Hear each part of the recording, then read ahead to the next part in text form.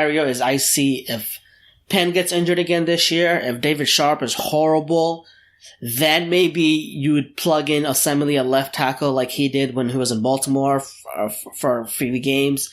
And you play, John Feliciano at guard, who he did pretty well. So that's worst case scenario. If you have multiple injuries, he can play left tackle. But like you said, yeah, he's killing it where he is. Why move him? He's an elite left guard. You don't move someone from their position if it's not needed. And obviously, Donald Penn is going to be here for another year. Obviously, he has been suffering injuries and stuff, but hopefully he can stay healthy this year because our offensive line is pretty much sorted in terms of depth as well. It's Marshall Newhouse is another one, obviously. He's been linked with maybe pursuing free agency, but I can see us keeping him as well. I don't think we should change anyone on our offensive line from last year. I just think that we didn't perform. It's as simple as that. We didn't perform, but I don't think our offensive line is in need of real additions. I think there's positions that we really desperately need, but I don't think offensive line is one of them. By the way, I forgot to mention this because I know a lot of Raider Nation was freaking out about the hire of Tom Cable, thinking we're going to go zone heavy. Gruden was asked this question by Jerry. Jerry asked him, does Tom Cable's hire signify the Raiders will be a zone scheme team when it comes to running the ball? And Gruden said, no, I think Cable's background is on the outside zone, the inside zone, but he's also a very versatile coach. He's proven that he can run gap schemes. He's going to run what we're good at running. If we have a good back and some good linemen and a tight end and a fullback, we'll have a good running game with Tom Cable. So this tells us a couple of things. Obviously, Tom Cable can teach. He's been here for 30 years in the coaching area, so he can teach zone and man. And he wants a tight end and he wants a fullback. He wants a blocking tight end. Maybe Pharaoh Brown could be a blocking tight end, but I don't know if we have a good blocking tight end. But we'll see. Last question is really quick. I wanted to address that because I'm surprised to see people still pushing the panic button when they hear zone blocking scheme. Look, majority of the teams in the NFL run a zone blocking scheme when it comes to the run game. If you're going to try to put everything that you know about the zone scheme based on last year's performance, you need to watch the tape a little bit closer. Go back and look at other teams. Look at what Cable's been able to do with a far inferior offensive line. The zone blocking scheme does not spell failure for this team.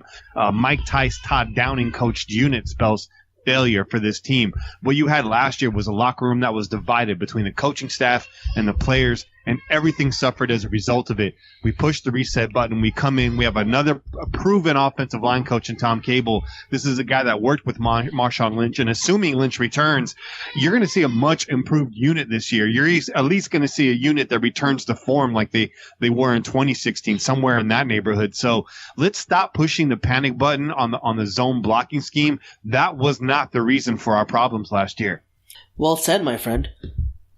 I actually agree with that. I think a lot of people are saying about zone and stuff like that, but I just think that the failures were in the coaching, the coordinating, and it can be obviously on some of the players as well.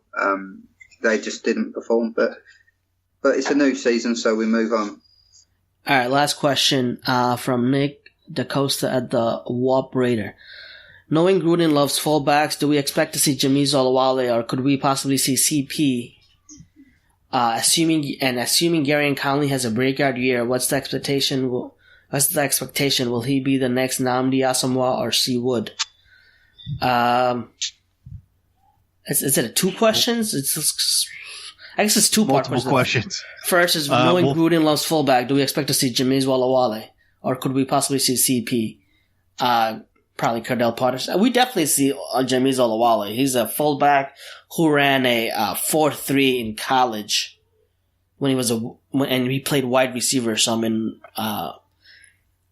high school too. I think he's a perfect fullback for us. What do you think?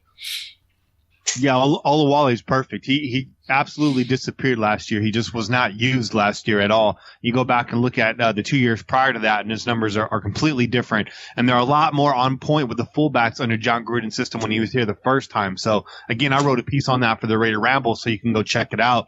And there's footage and stuff in there, too, that I'll let you know. Olawale's perfect fit in this scheme.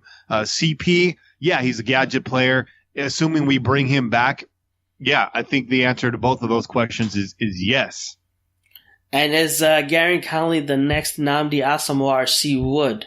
I would say he's expected to go to a Pro Bowl at least, right? He was ranked high up there with Marshawn Lattimore. A lot of people also said, even though he's not as athletic as Lattimore, his technique is better.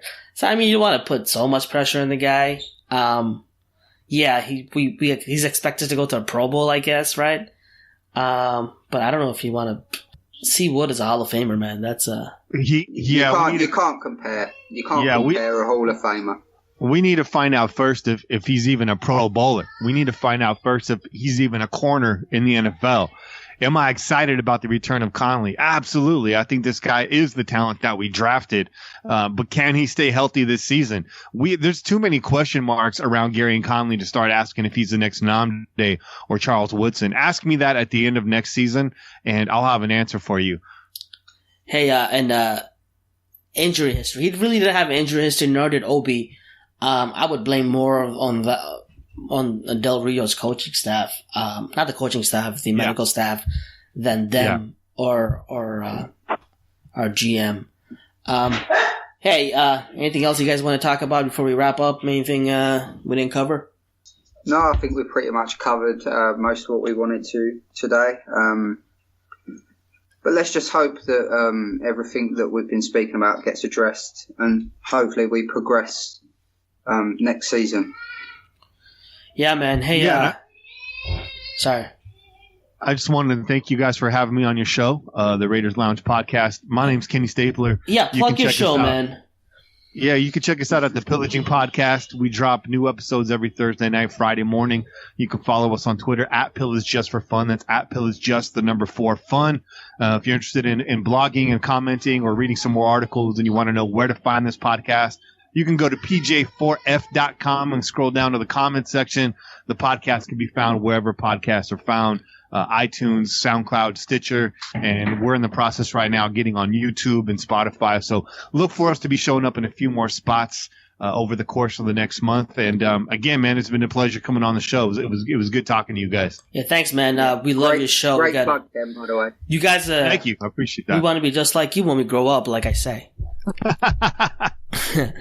So thanks for coming on. Next week, we'll go over the combine, we'll do a prep, which players we want to see, what position drills for which players, tells us how they'll do, things like that. So catch us again. We're also on iTunes. Follow us on Raider Lounge Pod on Twitter. And, our link's up on our Twitter profile. So that's it, guys.